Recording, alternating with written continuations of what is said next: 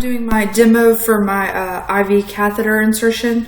I'm using a cup as like my like fake arm and vein. So first off, I'd come into the patient's room, introduce myself. I'm Savannah Brown. I'm a nursing student at UWF. I will be inserting a catheter IV. Are you okay with me performing that procedure? And do you have any cultural or religious exemptions that may make you uncomfortable with me performing that? And of course, once they answer no, I would ask them to verify their name and date of birth and ask them if they have any allergies. And then I would ask to see their arm to check their veins. And I'm looking for one within this area, not too close to the wrist, but a little closer down than towards the elbow. And I'm looking for a vein that runs like parallel. I don't want any that run horizontal at all. So get started, I would feel for my vertical vein. I would palpate it to make sure that it rebounds pretty well. It's going to be a nice big full vein. So once I have my site, I'm going to go and perform hand hygiene, wash my hands. I'm going to put on my gloves.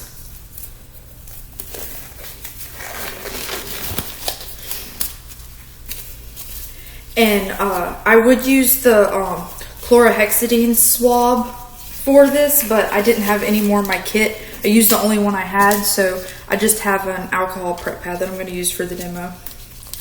This isn't what I would usually use. So I have my alcohol prep pad, and I'm going to start off by doing the tourniquet. It would usually be like 4 to 8 inches above the insertion site. And I'm going to do the little half ribbon that'll be easy to remove with one hand. Okay, I've got my site, my vein is ready to go. And I need to go ahead and prep my J-loop and my saline.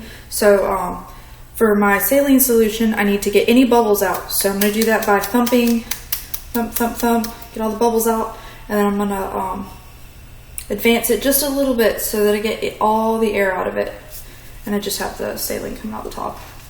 And I'm going to go ahead and connect it to my J-loop. Make sure it's open. I'm going to go ahead and get the saline running through it because I don't want any air in this line.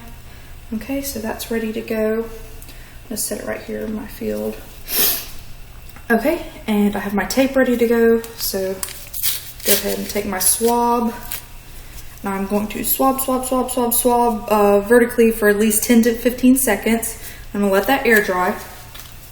And then I'm going to go ahead and grab my needle, my syringe, and take the cap off of it. Okay. And then I'm going to go bevel down at a 10 to 30 degree angle, holding the skin down a little bit so that I'm making sure I'm holding the vein in place. It's not going to move while I'm doing this.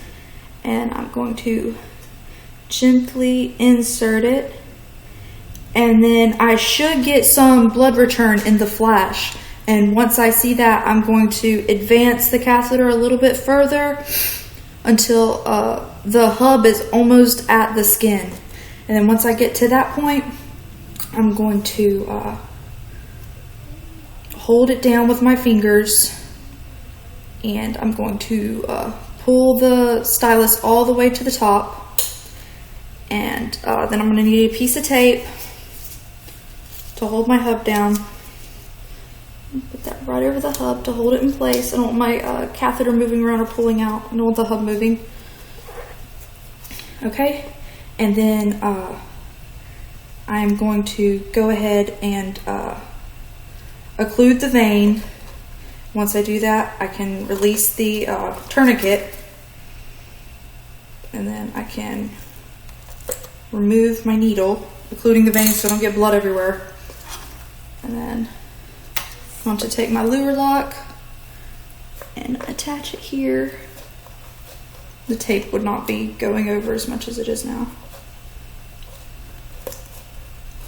Okay, once I do that, I'm going to go ahead and flush it a little bit. Okay, I've done that, so I'm going to go ahead and put, oops,